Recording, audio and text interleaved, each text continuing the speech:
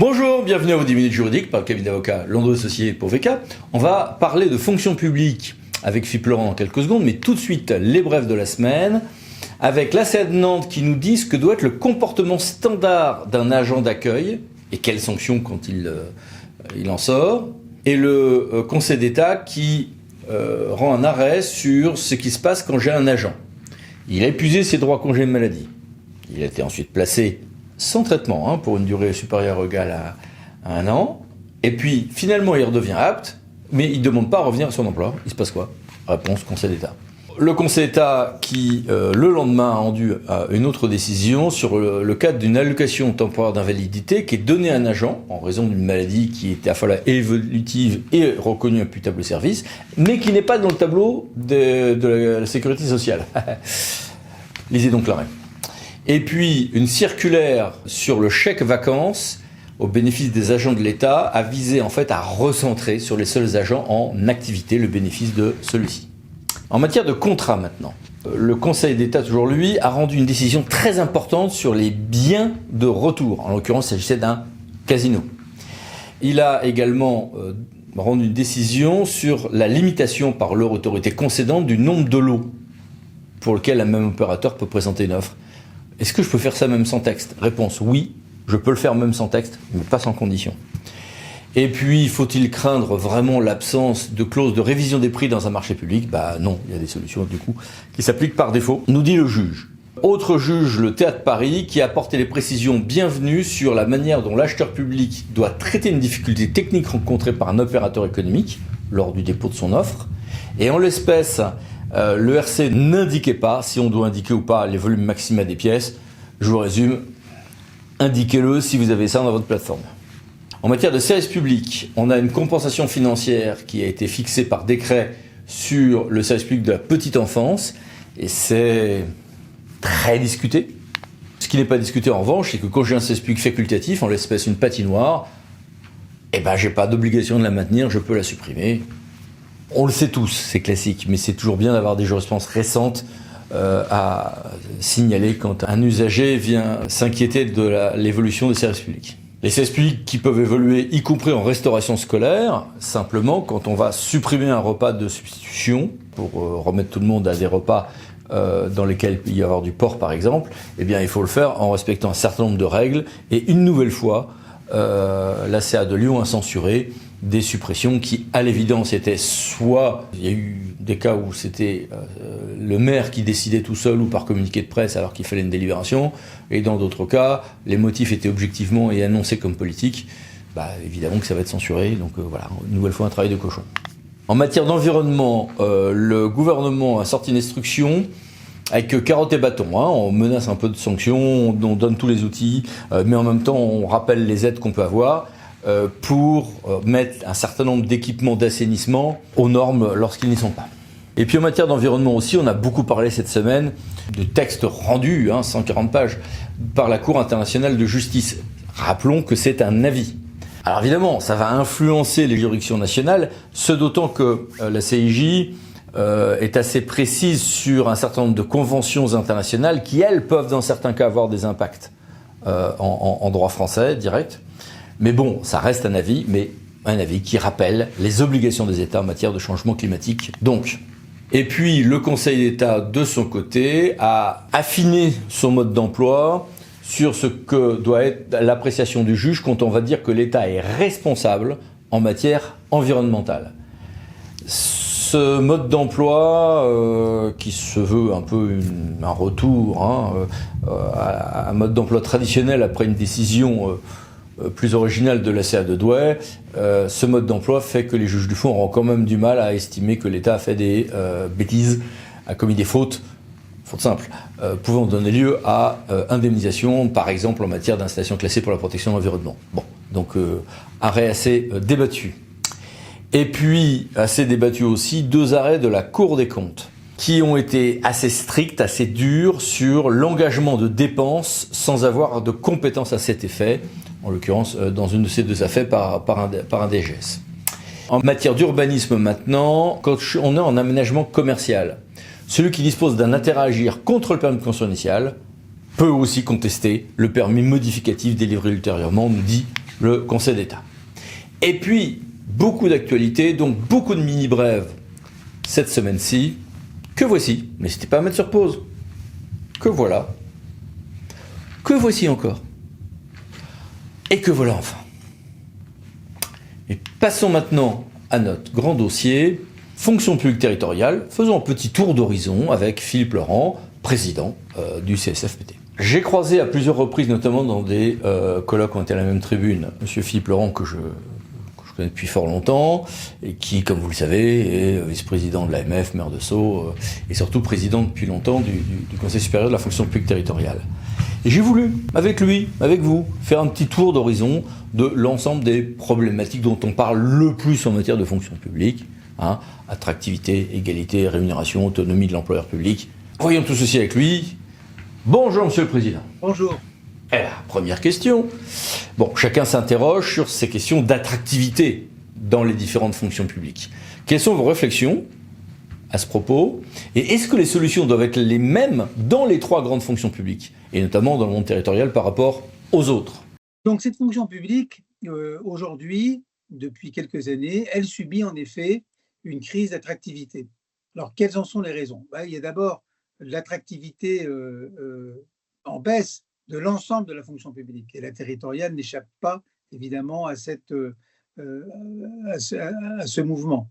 Elle échappe d'autant moins à ce mouvement que les salaires moyens dans la fonction publique territoriale sont inférieurs à ceux qu'ils sont dans la fonction publique d'État et même dans la fonction publique hospitalière. Ça s'explique par le nombre important d'agents de catégorie C, mais il reste que à peu près la moitié des agents territoriaux ont une rémunération qui est comprise entre 1 et 1,5 fois le SMIC, c'est-à-dire des rémunérations qui sont donc très basses.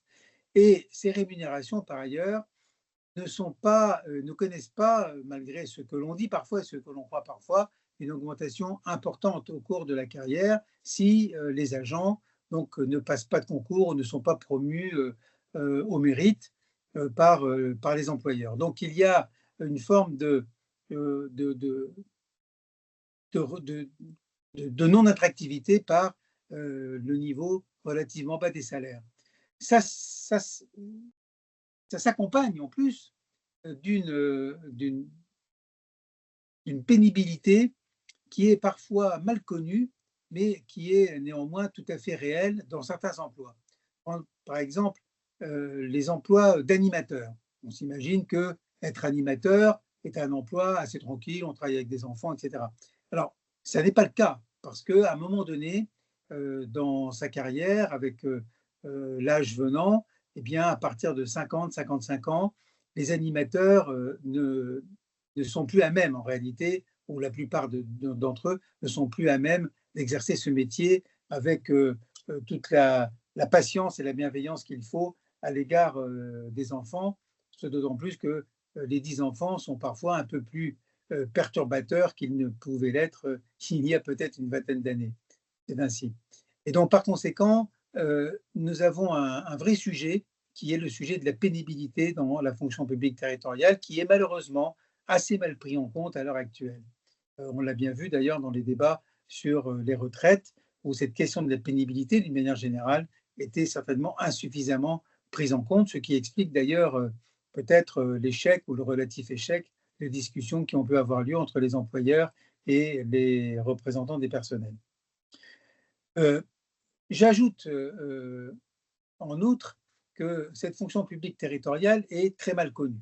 Elle est très mal connue de la part des étudiants, des lycéens, des étudiants, et nous avons collectivement, quand je parle collectivement, je parle des employeurs territoriaux, c'est-à-dire les exécutifs locaux, les associations d'élus notamment, nous avons un effort important à faire de manière collective pour mieux faire connaître cette fonction publique territoriale qui, malgré les inconvénients dont je veux parler, reste une fonction publique intéressante, notamment pour les cadres, car elle permet à des personnes d'accéder à des postes de responsabilité assez rapidement, notamment dans des villes moyennes, puisque dans une ville moyenne, on va dire de 20 000 habitants, comme la mienne, avec 450 agents, eh bien, nous exerçons à peu près 150 métiers différents.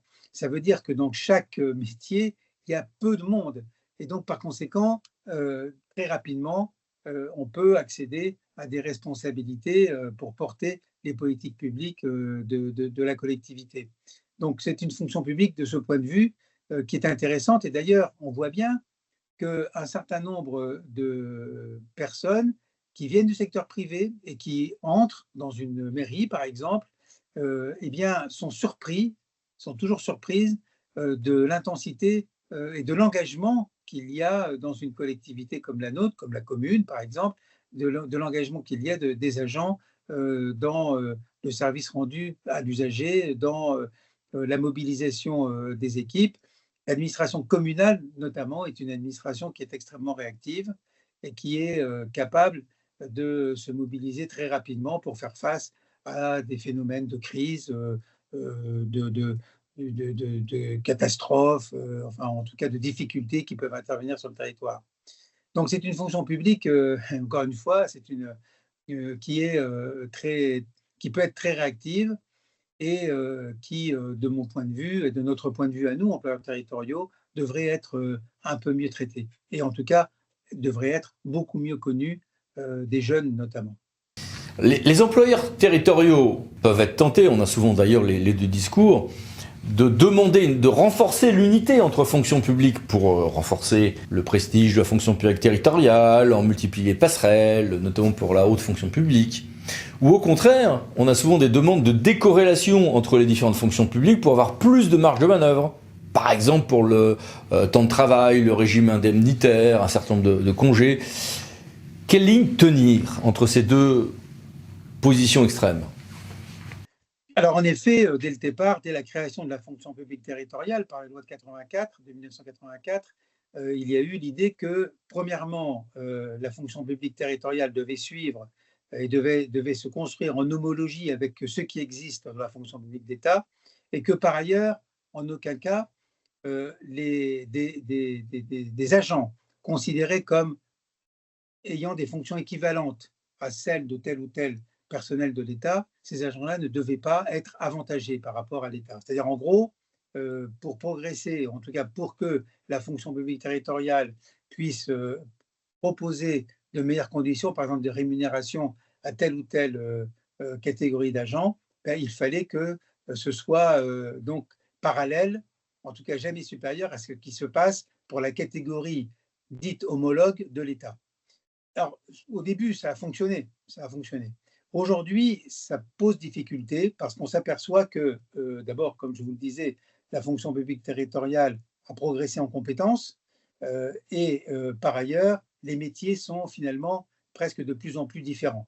Il y a très, très, très peu de points communs entre un attaché de préfecture ou un chef de bureau de préfecture, qui va avoir un travail important, certes, mais qui se retrouve en équivalence avec un attaché principal qui peut être directeur général des services d'une commune de 20 000 habitants qui emploie 400 ou 500 agents. Donc, ça n'est pas du tout le même type de travail, ce n'est pas le même engagement demandé. Et donc, par conséquent, cette déconnexion, en tout cas, entre la fonction publique d'État et la fonction publique territoriale, au niveau en tout cas des cadres, elle commence à être bien perceptible. Alors, nous pouvons pallier cela par la mise en place de ce qu'on appelle le régime indemnitaire, qui est davantage évidemment à la main des employeurs territoriaux que ne l'est la rémunération indiciaire, naturellement.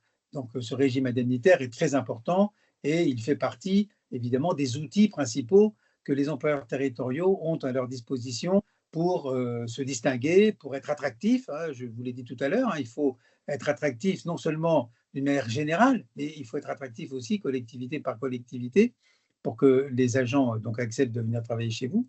Et donc ce régime indemnitaire est un élément tout à fait important qui n'est pas très éloigné finalement, en tout cas en partie, d'une forme de rémunération au mérite. Hein. La rémunération au mérite dans la fonction publique territoriale, elle existe. On n'en parle pas, on ne l'appelle pas comme ça, mais finalement, de fait, elle existe. Et donc, il y a donc cette espèce d'éloignement qui se produit, non pas par volonté, mais simplement par les faits et par l'évolution des choses qui se produit entre les différents versants de la fonction publique. Euh, il y a aujourd'hui en effet un débat sur la recherche d'un équilibre un peu différent que celui qui existe aujourd'hui sur l'autonomie du versant de la fonction publique territoriale par rapport notamment à la fonction publique d'État. Ce débat existe. Évidemment, on en parle surtout en parlant de la valeur du point d'indice et de la suspension de l'automaticité de l'augmentation de la valeur du point d'indice sur la territoriale lorsque ça augmente pour l'État. Je pense que ce n'est pas le bon sujet. C'est certainement le dernier élément de différenciation qui devrait être abordé. Et il y a beaucoup d'autres choses à faire avant cela. Pour que la fonction publique territoriale prenne une autonomie plus importante, il y a une condition absolument essentielle qui aujourd'hui n'est pas totalement remplie, c'est qu'il y ait des interlocuteurs pour discuter précisément des évolutions en question. Ça veut dire qu'il y a évidemment du côté des agents les organisations syndicales représentatives, celles qui sont représentées au Conseil supérieur de la fonction publique territoriale. Donc du côté des agents, le système existe. Du côté des employeurs, ce n'est pas encore totalement le cas.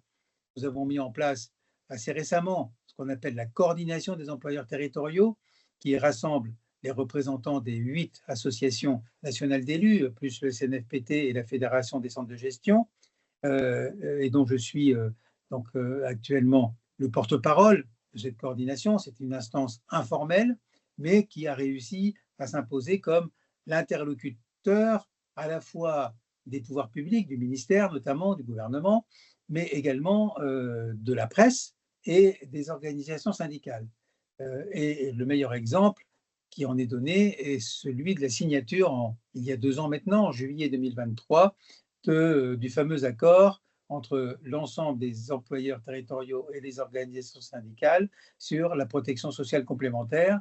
Nous avons négocié en effet un accord sans du tout la présence de l'administration d'État, uniquement entre employeurs et organisations syndicales, un accord qui permet une meilleure protection sociale complémentaire des agents que ce qui est prévu par les textes généraux, par les textes législatifs et réglementaires actuels. Le problème, c'est qu'évidemment, pour être opérationnel et pour s'imposer à l'ensemble des collectivités locales, il faut une loi.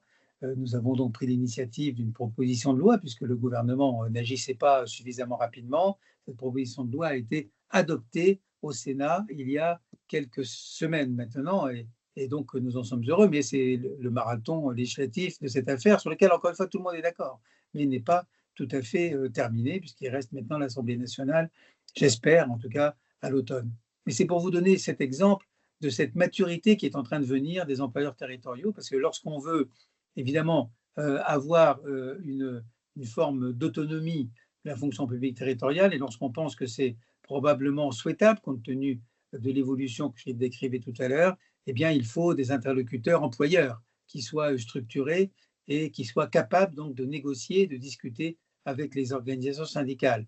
Et puis ensuite, il faut évidemment que le gouvernement, puisque c'est lui qui prend les textes, notamment réglementaires, il faut que le gouvernement et le Parlement reconnaissent aussi donc, à ces partenaires sociaux donc la capacité de signer des accords et que la signature des accords eh bien, entraîne finalement leur application, comme c'est le cas globalement dans le secteur privé.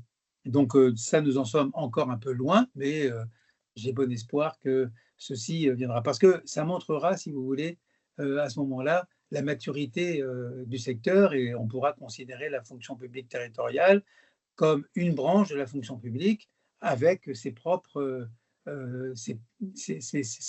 organisation, notamment pour ce qui concerne bien la santé au travail, les conditions aussi de promotion, etc., le dessin des grilles, avec une comparabilité qui sera probablement un peu moins étroite que ce qu'elle est aujourd'hui avec la fonction publique d'État. Allez, si je résume à très grands traits, on a un employeur territorial qui est un vrai employeur puisqu'il a des marges de manœuvre au stade du recrutement, et on a retrouvé un petit peu sur le régime indemnitaire par le RIFSEP, mais enfin ça reste très limité, sur la protection sociale, et évidemment au stade du disciplinaire. Très bien. Mais sur la progression de carrière, sur les régimes indemnitaires de base, sur le temps de travail, on a un cadre très rigide que les territoriaux, les employeurs territoriaux ne maîtrisent pas beaucoup. Voulez-vous que ça change ?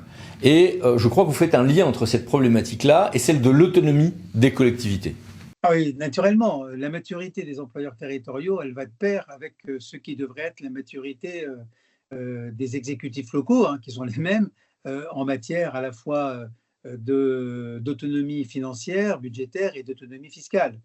De ce point de vue, eh bien, nous sommes en recul. Et c'est la raison pour laquelle, d'ailleurs, cette autonomie de gestion de la fonction publique territoriale est d'autant plus difficile à obtenir et d'autant plus difficile d'y accéder si le contexte général ne s'y prête pas.